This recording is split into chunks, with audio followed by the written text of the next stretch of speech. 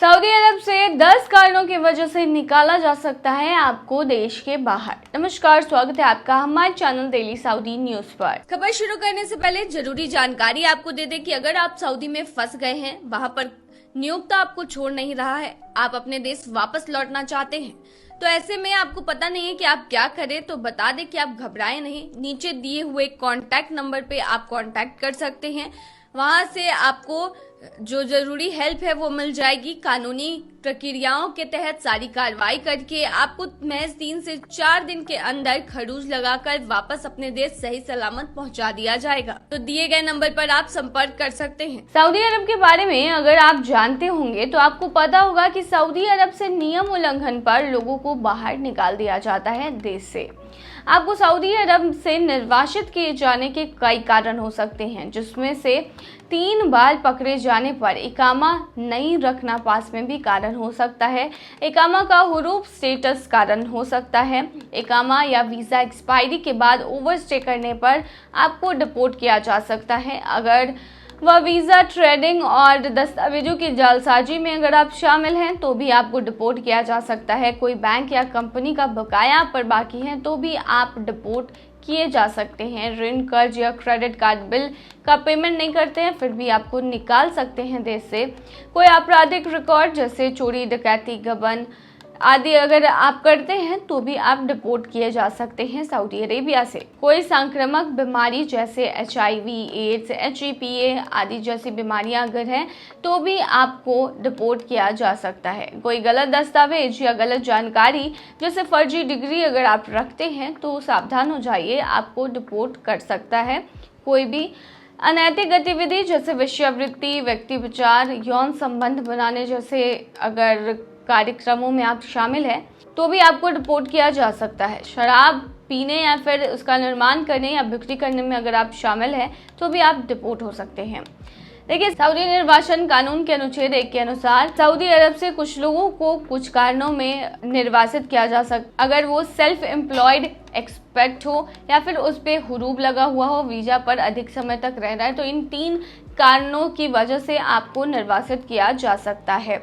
देखिए, सऊदी निर्वासन नियमों के अनुच्छेद 7 के अनुसार निर्वासित व्यक्ति को 5 साल की अवधि के लिए सऊदी अरब में एंट्री पर बैन लगा दिया जाता है। प्रतिबंध की अवधि उस तारीख से शुरू होगी जिस दिन व्यक्ति सऊदी अरब छोड़ेगा।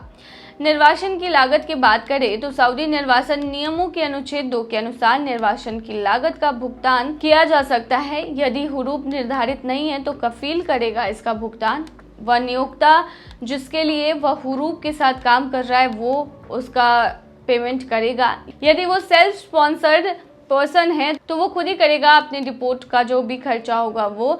यदि कोई भी लागत या भुगतान करने वाला नहीं है तो सरकार उसके खर्चे वहन करती है डिपोर्ट करने के दौरान उसे वापस भेजने पर। सऊदी अरब से निर्वासन प्रक्रिया की अगर बात करें तो सऊदी निर्वासन नियमों के अनुसार सऊदी अरब से निर्वासित होने के लिए एक प्रवासी को कुछ आवश्यकताओं को पूरा करना होगा और प्रक्रियाओं को पालन करना होगा, जैसे सुनिश्चित करें कि आपका पासपोर्ट वैलिड है, खुद को सऊदी पुलिस के हवाले कर दे। सऊदी पुलिस जांच करेगी कि आपका कोई आपराधिक इतिहास है या नहीं। सऊदी पुलिस आपको निर्वासन केंद्र ले जाएगी। निर्वासन केंद्र कफील से संपर्क करेगा और पूछेगा कि क्या उसे कर्मचारी के साथ कोई समस्या है। कफील द्वारा मंजूरी दिए जाने पर निर्वासन की तारीख तय की जाती है। निर्वासन केंद्र में टिकट की कीमत आपको जमा करना होगा, फिर अपने देश वापस लौट सकते हैं। अच्छी नौकरी के नाम पर भारतीय से सऊदी के तपते रेगिस्तान में चरवाए गए ऊंट, अब हुई है उसकी वतन वापसी। इस साल नेटफ्लिक्स पर एक फिल्म रिलीज हुई है, the goat life. Director Blessy Thomas की यह फिल्म एक ऐसे भारतीय कैरेक्टर नजीब मोहम्मद पर आधारित है जो काम के सिलसिले में सऊदी अरब पहुंचा है। लेकिन नजीब मोहम्मद के सुनहरे सपने तब चकनाचूर हो जाते हैं जब उसे बिना किसी मेहनताना के हार तोड़ गुलामी कराई जाती है। नजीब को उसका मालिक सऊदी अरब के रेगिस्तान में जला देने वाली गर्मी में भेड़ चराने के लिए मजबूर करता है। नजीब किस तरह इस गुलामी से भागने में कामयाब होते हैं, फिल्म उसी के बारे में है। अब इसी से मिलती जुलती एक सच्ची घटना सामने आई है, जिसमें सऊदी अरब गए एक भारतीय को रेगिस्तान में ऊंट चराने पर मजबूर किया गया। भारत के नामदेव राठौर ने सऊदी अरब से अपनी पत्नी को एक सेल्फी वीडियो भेजा था, जिसमें वो रेगिस्तान में तपती धूप में खड़े होकर अपनी कहानी बताते दिख रहे थे। वीडियो में नामदेव लगातार रोते दिख रहे थे और उनके पीछे ऊंटों का झुंड दिखाई दे रहा था। नामदेव तेलंगाना के नर्मल जिले के रुव्वी गांव से हैं और कुछ समय पहले ही काम के सिलसिले में वो खाड़ी देश गए थे। उनके बिचौलियों ने दावा किया था कि उन्हें कतर में हाउस कीपिंग का काम दिया जाएगा, लेकिन इस काम के बजाय उनसे सऊदी अरब के रेगिस्तान में ऊंट चराने का काम लिया जाने लगा। इस शोषण से मजबूर नामदेव ने अपनी पत्नी को एक वीडियो भेजा, जिसमें वो बेतहाशा रोता हुआ दिखाई दिए। अपनी स्थानीय भाषा में बोलते हुए नामदेव कह रहे थे कि उन्हें उनका मालिक हद से ज्यादा गर्मी में रेगिस्तान में ऊंट चराने का काम करवा रहा है। वीडियो में वो तेलंगाना के मुख्यमंत्री ए रेवंत रेड्डी से देश वापस आने की मदद की गुहार भी लगाते दिख रहे थे।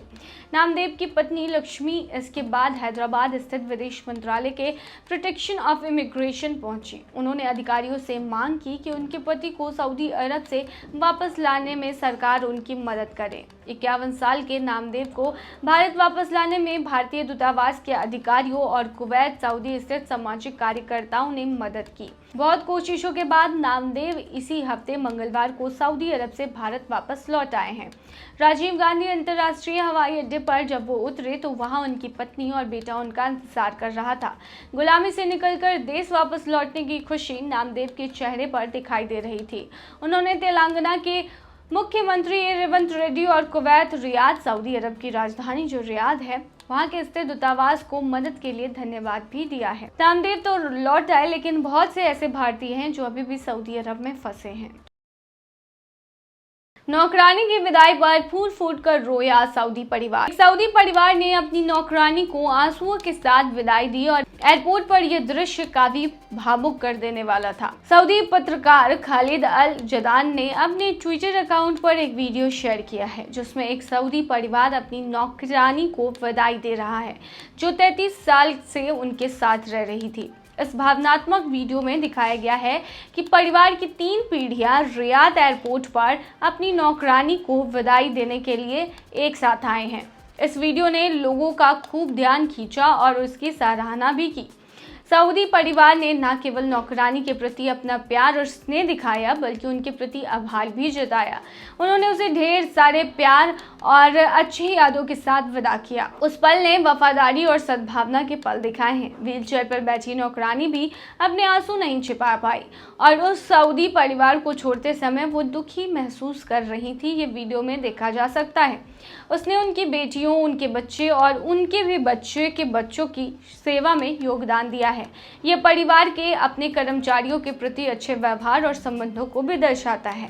ऐसे पलों को कैद करने पर एक भावनात्मक दृश्य बनता है, जहां कोई भी अपनी भावनाओं को छिपा नहीं सकता। बता दें, अक्सर सोशल मीडिया पर ऐसी वीडियो वायरल होती रहती हैं जिनमें से बहुत ज़्यादा नेगेटिव भी होती हैं। कहीं फिलहाल जो गॉड लाइफ फिल्म सामने आई है, उसके बाद सऊदी अरब में काफ़ी ज़्यादा आलोचना फिल्म की गई और बताया गया कि सऊदी अरब में नौकरों के साथ ऐसा व्यवहार नहीं होता है। हालांकि कभी कभी ऐसी वीडियो सामने आती है जिसमें दिखाया जाता है कि अगर नियोक्ता अच्छा हो तो वहाँ पर नौकर भी काफ़ी अच्छे से रह लेते हैं, वहाँ के कामगार भी काफ़ी अच्छे से काम करते हैं। और ये पहली ऐसी वीडियो नहीं है, इससे पहले भी कई वीडियो सामने आई है जहाँ पर सऊदी कफील का जो परिवार है वो अपने कामगार के लिए भावना व्यक्त करता है और उनकी विदाई पर काफ़ी ज़्यादा दुखी होता है। तो ये थी तमाम जानकारी। बने रहिए ऐसी तमाम खबरों के लिए डेली सऊदी न्यूज़ पर।